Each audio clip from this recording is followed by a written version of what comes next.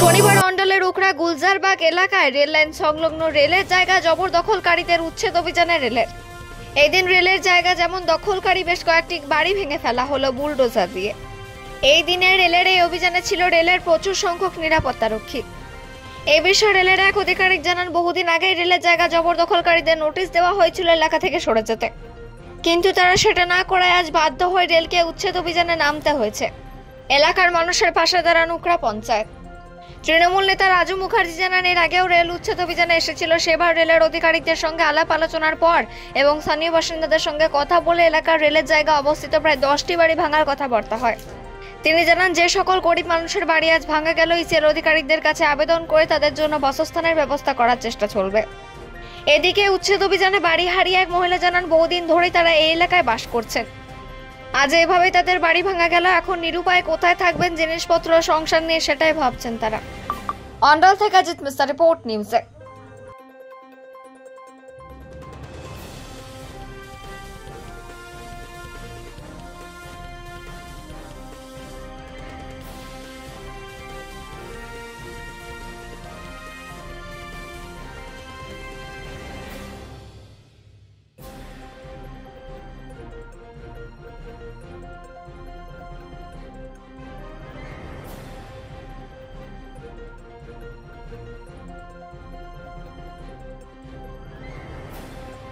हम लोग टाइटल नहीं है, इस बात को समझिए जो है, इसके लिए कॉम्पिटेंट हम लोग जो है इनकम्पिटेंट ऑफिसर है। आज का प्रोग्राम यही है कि आज जो है इस झझरा जो कोयले साइडिंग है एक एडिशनल लाइन बिछना है, इसके लिए थोड़ा सा जो है इविक्शन का प्रोग्राम है। तो उखड़ावासी का जो घर जो टूटेगा उसके लेकर के क्या बोलिएगा? देखिए, इसके बारे में हमारा कोई कमेंट्स नहीं होगा, क्योंकि ना हम कोई आश्वासन दे सकते हैं, ना कोई।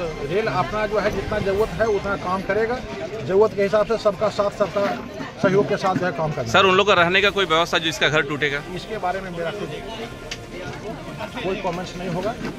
सर, आपका परिचय? मेरा बीबी शर्मा, इंस्पेक्टर अंडा। नहीं दिया गया, कोई हिसाब नहीं। नोटिस दिया था? नोटिस दिया था। अभी आप लोग कहाँ जाइएगा घर टूटने के यही बाद? तो समझ में नहीं आ रहा कहाँ जाएंगे, सामान लेके इतना।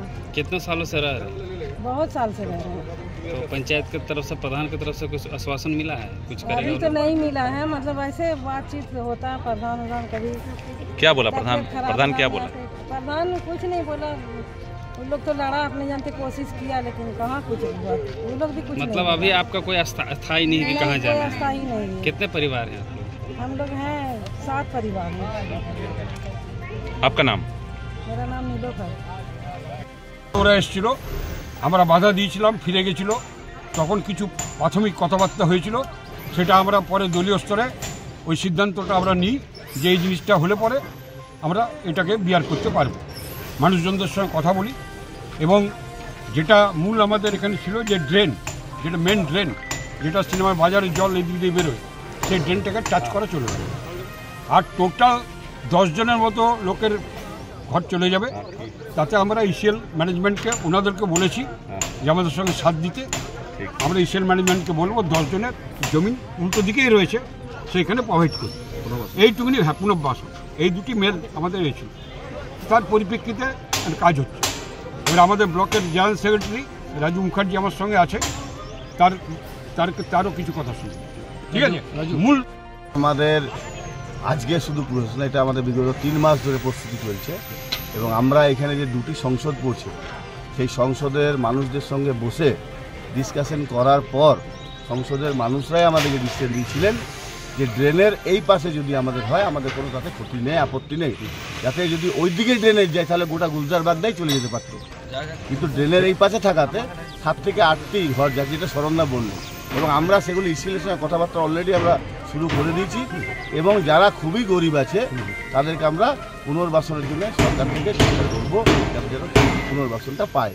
এবং এটা আমরা রেলের কর্তৃপক্ষকে অনুরোধ করেছি, ওনারা বললেন যে আমরাও অনুরোধ করব আপনাদের তরফ থেকে। পরবর্তীকালে যদি রেল যদি ড্রেনের থেকে উপর যদি চলে যায় তাহলে না না না না না, সেটা আমরা কোনো মতে হতে দেবো না। এবং আমরা যদি হয় এরকম, তাহলে বৃহত্তর আরো আন্দোলনে আমরা যেতে পারবো। হ্যাঁ, এই দেখছি একটা ক্লাব যে ভাঙা হচ্ছে পার্টিতে, কি বলবেন?